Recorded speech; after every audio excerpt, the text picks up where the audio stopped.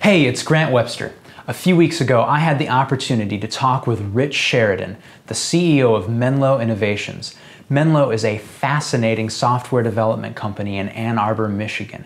They're known all over the world for having created one of the most unique and effective workplace cultures anywhere. Rich told me how he left his job in the corporate world, started Menlo, and has grown it from his basement to their new 17,000 square foot headquarters. Rich gives some serious wisdom, and I think you'll benefit big time from watching what he has to say. Menlo is essentially the manifestation of a dream. It was probably, for me, as I reflect back on it, the initial dream of a 20-year-old. When I was a student here at the University of Michigan, I had amazingly and shockingly, actually, perfectly imagined Menlo when I was just a kid. And for me, it was about creating an environment of energy and teamwork and so on. And now that it exists, when I describe it to people, I talk about our culture, and I talk about the intention of our culture, and the fact that we've specifically created a culture focused on what we like to call the business value of joy, which is an unusual way to describe a software design and development firm, because quite frankly our industry fails more often than it succeeds. And when people come in for tours, and that happens a lot, when they come in and they ask me why I'm talking about joy when they're here to learn about how we do software design and development, I point back at the room full of people and I say, well, pretend half of my team has joy and the other half doesn't. Which half would you want building software for you? And of course, to a person, they always want the joyful half of my team. And so we have very intentionally created a culture. And in order to be intentional about a culture, you have to begin custom fitting everything you do to that cultural intention. And so everything you see at Menlo, everything you hear about us, everything we do, every part of our process, you can trace back to joy. And our definition of joy actually isn't so much what's happening inside the room, although that's important, but rather what is the effect our team is going to have on the world. And so for us, the joyful intention of Menlo's culture is that we want the work that happens in the room to get out of the room, get out into the world, end up being widely adopted and enjoyably used by the people for whom it's intended. So much so that somebody later stops us on the sidewalk and says, really, you guys did that? I love that software. Thank you. You made my life better. And that is the core of our cultural intention, is to produce that kind of joy in the world through the work that we do in the room. And in order to do that, we had to change everything about the way software is designed and developed. So it was probably much like the movement of tectonic plates. You think about tectonic plate movement out in San Andreas, right? Moves by 1/2 inch a year, creating some dynamic tension, and then one day, boom, earthquake, and everything changes in an instant. And for me, the gradual movement started from those days when I was a kid. And then getting out into the work world and realizing that while my tectonic plate kept moving towards this joyful intention, I was butting up against a world that was anything but joyful. And so there was this pressure building up inside of me personally, where I looked and said, boy, there's something wrong with the world. I've got to change it. I don't know how. I don't know what I'm going to do. All the while I'm moving up this career ladder from graduating from Michigan to becoming vice president at a public company on the west side of town. And during this whole time, everything on the outside looked beautiful. I was dying on the inside. I didn't want to do my profession anymore. I didn't want to be involved anymore. I wanted out, but I didn't know what I was going to do. And so I started searching. I was looking for a different way of doing things.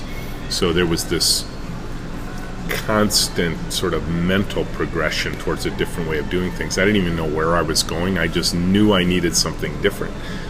And I kept looking for what it was. And I know enough about me personally that the way I'm wired is that I'm okay in the ambiguity of the search, but I also know that one day something will happen where it will be clear to me that this is what I was looking for, and that happened about 1999, and that's when the dramatic change happened. I was a vice president at the time, and I made a dramatic change to my team, and within 6 months had essentially created the culture that is now Menlo. And I got 2 years to run that experiment, which was really cool. And then the NASDAQ crashed and the internet bubble burst, and for the first time in my career I was out of work. And I had a good sort of 25-year run of full employment, and now all of a sudden I'm not working. And for me, that was the entrepreneurial moment. Because much like I've heard you describe, you always knew you were going to be an entrepreneur. So did I. I knew from the time I was probably 14 years old that I was going to have my own business someday. I happened to wait until 2001 when I was 44 years old to actually start it. But when we started Menlo, the operating system, the basic operating system of the company was pretty much already established. Now we've continued to modify and extend and enhance and that sort of thing. But it started on day one with the culture that we have today. Number one, I protect my weekends as like a bear protects her cubs. So I am typically not doing anything for Menlo Saturday and Sunday. I've also shifted my day to a 6 a.m. start so that I have the best chance possible of getting home at dinner time, because that's important. But I still do a poor job at that because there's a lot of people who want me to come and speak to their groups in the early evening hours. And I love doing that, so I say yes more often than I should, and then I remind my family that you're not home much. And I'm like, yeah, but they wanted me to come speak about this, that, or the other thing. And so I got to do a better job at that and be more protective of my evenings as well. And then I would say, just from a personal standpoint, that it sounds easy to say, but it's really hard to do, is when I'm home, when I'm with my family, to be present. And so what I learned that meant, number one, very mechanical thing is, don't go home, be with my family, but sit at my computer reading email with my back to them. That's not actually being home. I might as well be at work. I might as well be somewhere else. So taking time, just spending time with them, even if it's just sitting around doing nothing, like watching a favorite television show with them, that's more being present than sitting at home checking email.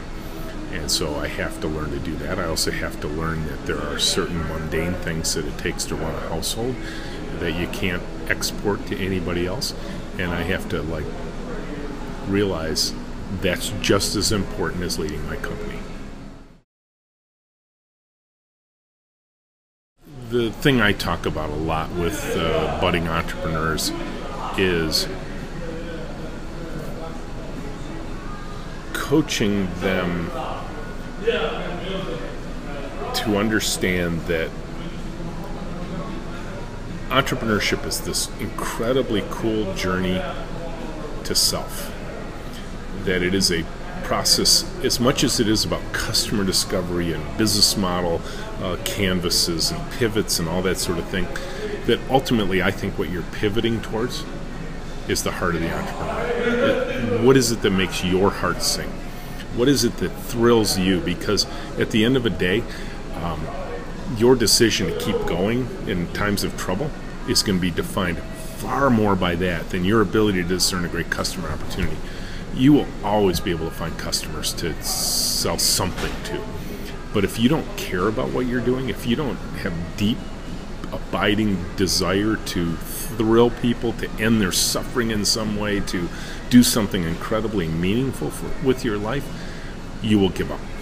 You know, that whole statistic about, 4 out of 5 businesses fail in the first N years or something like that. It's like, yeah, there's a lot of people who thought entrepreneurship was a lottery ticket. I'm going to go do this, and then I'm going to be incredibly successful, then I'm going to exit, and then I'll have a bunch of money to go do the thing I always wanted to do. It's like, skip the first step. Go do what it was you always wanted to do. Figure out a way to do that. And, to me, all the pivots you want to talk about to get to the right kind of customer, the right kind of business model, I would declare what you're really pivoting towards is the heart of the entrepreneur. Find out what makes your heart sing. And you actually already know it. You knew it probably when you were 8 years old. But most of us bury those dreams somewhere in our heart, somewhere in our head, and we never visit them again because we don't want to be that vulnerable with the world to expose the thing that's most important to us.